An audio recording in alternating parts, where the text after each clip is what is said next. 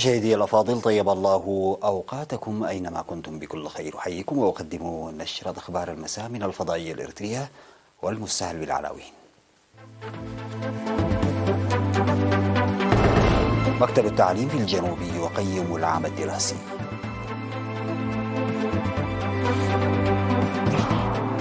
انخفاض معدل الإصابة بمرض السل بأكثر من 90% في عنسبة.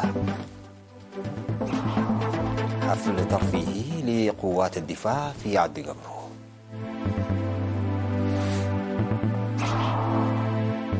مظاهرة داعمة للانقلاب غداة الإعلان عن فترة انتقالية في النيجر. الزعيم الكوري الشمالي كيم يشرف على اختبار صواريخ كروز استراتيجية. غارات روسيا على إدلب والتحالف يعزز مواقعه شمال شرقي سوريا. السلام عليكم ورحمة الله. قيم مكتب التعليم في الإقليم الجنوبي العام الدراسي 2022-2023 في اجتماع عقده في مندفرة يومي 18 و19 من أغسطس الجاري. وأوضح مسؤول المكتب الأستاذ هبتز كيدان في التقرير الذي قدمه تلقي أكثر من 231 ألف طالب التعليم السنة التعليمية الماضية في جميع المراحل، معددا نسب النجاح في المراحل الابتدائية والمتوسطة والثانوية. وذكر بأن 38 مدرسة ثانوية في 12 مديرية أرسلت 5183 طالبا إلى ساوى في الدفعة 36، موضحا بأن 3400 طالب من الدفعة 35 حقق منهم 913 منهم نقاط تؤهلهم للدخول إلى الجامعة لدرجتي البكالوريوس والدبلوم. وأشار إلى مشاركة 5835 امرأة في برنامج تعليم الكبار، تمكنت نسبة 77 منهن من إكمال الدراسة. وأوضح فتح 6 رياض أطفال و5 مدارس ابتدائية ونقل 4 مدارس إلى المرحلة المتوسطة و2 إلى المرحلة الثانوية في العام الدراسي الفائت. وأشار مسؤولو التعليم في المديريات بدور المجتمع للدفع بالعملية التعليمية، مطالبين العمل للارتقاء بقدرات المعلمين.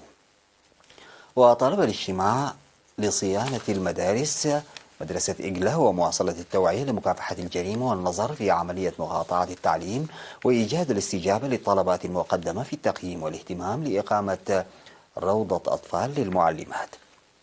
وقال رئيس مجلس الإقليم الجنوبي الأستاذ ولداي قبري بأن التقرير المقدم يوضح المميزات والقصور، مؤكدا بأن المجلس سيبحث مع الجهات المعنية حل النواقص. ودعا المدير العام لقسم الخدمات الاجتماعية في الإقليم الأستاذ قلعاب تسفاسلاسي للعمل لتقوية التعليم المسائي وتدريب أولياء الأمور لتوجيه جيد لأبنائهم وتقوية الإشراف التعليمي. هذا توجد في الإقليم الجنوبي 182 روضة أطفال و271 مدرسة ابتدائية و102 مدرسة متوسطة و30 مدرسة ثانوية. ساهمت الجهود التي بذلتها وزارة الصحة في انخفاض معدل الإصابة من مرض السل بأكثر من 90% في إقليم عنسبة. وقالت الممرضة انتصار عبد القادر مسؤولة قسم الوقاية من السل ومكافحته والأمراض المنتقلة من الحيوان للإنسان في وزارة الصحة إن معدل الإصابة بالمرض انخفض إلى 86% في عام 2017 وأكثر من 90% في عام 2019 مع إدخال العلاج قصير الأمد تحت الإشراف المباشر. وأضافت أن هناك حوالي 110 ممثلين صحيين في القرى على مستوى المنطقة، مضيفة أن 12 محطة اختبار بما في ذلك مستشفى كرن مجهزة بأحدث أجهزة الفحص والموارد البشرية. وقالت إن الحوامل والأطفال ناقصي الوزن والأشخاص المصابين بداء السكري وفيروس نقص المناعة البشرية والطلاب في المدارس الداخلية سيخضعون لفحص السل. وذكرت الممرضة انتصار أن أي شخص يعاني أو يلاحظ حمى تستمر لأكثر من أسبوعين عليه الذهاب إلى المرفق الصحي المحلي والتحقق من حالته بالاختبار. وحثت الصيدليات على عدم صرف الأدوية للعملاء الذين يعانون من أعراض الإنفلونزا دون موافقة الطبيب وإحالتهم إلى المرافق الصحية. عقد قائد شرطة الإقليم الجنوبي العقيد زميكيل تخلية سمينار يوم 18 من أغسطس للسكان والعمال في مديرية مندفرة لتقوية العلاقة بين الشرطة والشعب والحد من الجرائم وتقديم المجرمين للعدالة. وأوضح العقيد زميكيل تسجيل 617 جريمة و1439 مخالفة على مستوى الإقليم في الأشهر الستة الماضية، ودعا لمراقبة أنشطة السباحة للأطفال في السدود خاصة مع موسم الخريف، وحث الآباء على معرفة أماكن تواجد أطفالهم ونصحهم. وحول حوادث السيارات وعواقبها قال إن 6 مواطنين قتلوا وجرح 125 في 161 حادثا، وتضررت ممتلكات تزيد قيمتها على 2.6 مليون نقفة. وأكد المشاركون على الاستعداد الواعي لضمان السلم والأمن، منادين للاهتمام بالآبار والسدود المفتوحة الخطرة ومراقبة الحانات لعدم استضافة القُصّر وتجديد ممرات المشاة في شوارع مدينة مندفرة. قالت مسؤولة مكتبة كرن العامة السيدة أستير برهين المكتبة تساهم في تطوير ورعاية ثقافة القراءة، وأوضحت أنه ومع إدخال أجهزة التكنولوجيا هناك نقص في مستخدمي النسخ الورقية، لكن استخدام نسخ المكتبة الرقمية الصوتية آخذة في الازدياد. وقالت إن القراءة تلعب دورا مهما في زيادة وعي الطلاب وقدرتهم التنافسية، وشددت على ضرورة تعزيز العلاقة الثلاثية بين المدارس وأولياء الأمور والطلاب لتعزيز ثقافة القراءة. وذكرت أن النظام الرقمي تم إدخاله في مكتبة كرن العامة، ودعت الآباء والمعلمين إلى تشجيع الطلاب على الاستفادة من الموارد المتاحة لهم بشكل جيد، حيث يوجد ما يكفي من الأجهزة اللوحية والكتب المدرسية. وأوضحت أنه سيتم تحديث المكتبة بالمحتوى استئناف إعارة الكتب التي تم تعليقها بسبب جائحة كوفيد-19 قريبا. وبدأت مكتبة مدينة كرن العامة خدماتها في عام 2002 بمساعدة جمعية المكتبات الإرثية وجامعة أسمرة وشركاء آخرين. نظم سكان قرية عد قبرو حفل غداء وترفيه يوم 20 من أغسطس الجاري تكريما لأعضاء قوات الدفاع العاملين في التنمية في المنطقة.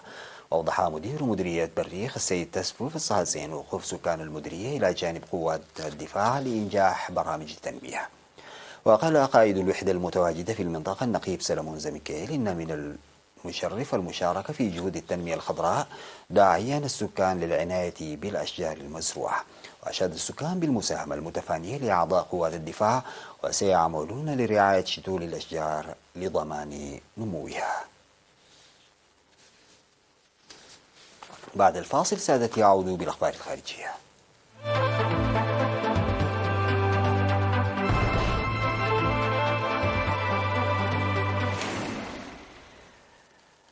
تظاهر آلاف النيجيريين في وسط العاصمة نيامي دعما للمجلس العسكري الذي تولى السلطة بانقلاب في 26 من يوليو، بينما تم الإعلان عن فترة انتقالية لن تتجاوز مدتها 3 سنوات.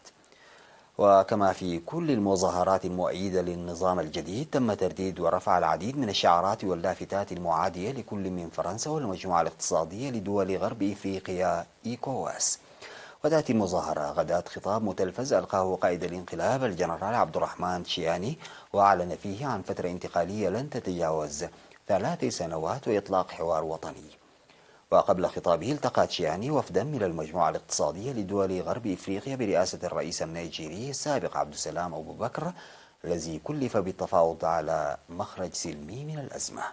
وعلى عكس زيارة الوفد السابقة في بداية أغسطس، تمكن المبعوثون هذه المرة من لقاء قائد الانقلاب وكذلك الرئيس محمد بازوم المحتجز منذ الإطاحة به. أشرف الزعيم الكوري الشمالي كيم جونغ أون على اختبار لصواريخ استراتيجية حسب ما ذكرت وسائل الإعلام رسمية قبل انطلاق تدريبات عسكرية مشتركة بين كوريا الجنوبية والولايات المتحدة. وتفقد كيم أحد أساطيله في البحر الشرقي المعروف أيضا باسم بحر اليابان، وراقب أفراد الطاقم أثناء استعدادهم لتدريبات على إطلاق صواريخ كروز استراتيجية حسب ما ذكرت وكالة الأنباء الرسمية الكورية الشمالية. ويأتي هذا الإعلان قبل مناورات درع الحرية أولشي السنوية الواسعة النطاق بين الولايات المتحدة وكوريا الجنوبية، والتي من المقرر استمرارها حتى 31 من أغسطس، وهي تهدف إلى التصدي للتهديدات الكورية الشمالية المتزايدة. وتعتقد بيونغ يانغ أن هذه المناورات المشتركة تمثل استعدادا لغزو أراضيها، وحذرت مرارا من أن ردها سيكون ساحقا. دمر الطيران الحربي الروسي مقرا عسكريا لما يسمى هيئة تحرير الشام في غارة ليلية شنها في إدلب السورية. وأعلن المرصد السوري لحقوق الإنسان عن مقتل 8 عناصر خلال استهداف نقطة عسكرية تابعة لهيئة تحرير الشام شمال غربي سوريا. وقال مصدر ميداني رفيع المستوى لوكالة سبوتنيك الروسية إن طائرات الاستطلاع الروسية رصدت عدة آليات تابعة لتنظيم جبهة النصرة الإرهابي قامت ليلا بنقل معدات عسكرية وصناديق يعتقد أنها تحوي على طائرات مسيرة من أحد مستودعاتها في مدينة سرمدة الحدودية مع تركيا نحو محيط مدينة إدلب من الجهة الغربية.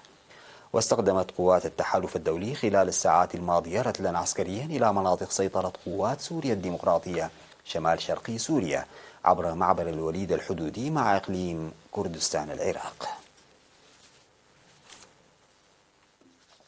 قالت وكالة الفضاء الروسية إن لونا 25 أول مسبار تطلقه روسيا إلى القمر منذ عام 1976 تحطم على سطح القمر إثر حادث طرأ خلال مناورة تمهيدية لعملية الهبوط.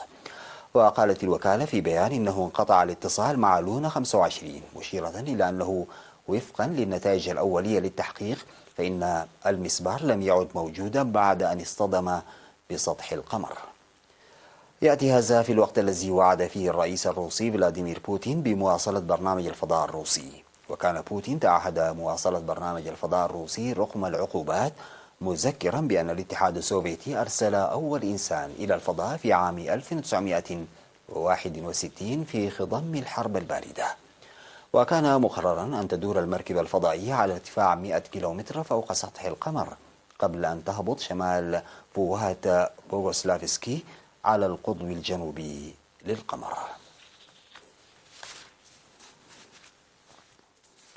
ختاما سادتي لنشرة الأخبار فيما يلي تذكير بالعناوين. مكتب التعليم في الجنوب يقيم العام الدراسي. انخفاض معدل الإصابة بمرض السل بأكثر من 90% في عنسبة. حفل ترفيهي لقوات الدفاع في عدقبو.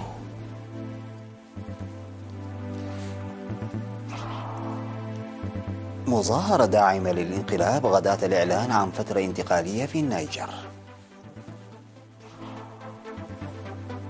الزعيم الكوري الشمالي كيم يشرف على اختبار صواريخ كروز استراتيجية. غارات روسية على إدلب والتحالف يعزز مواقعه شمال شرقي سوريا. انتهت نشرة الأخبار قدمتها لحضراتكم من الفضائية الإريترية. شكرا لمتابعتكم. السلام عليكم ورحمة الله تعالى وبركاته.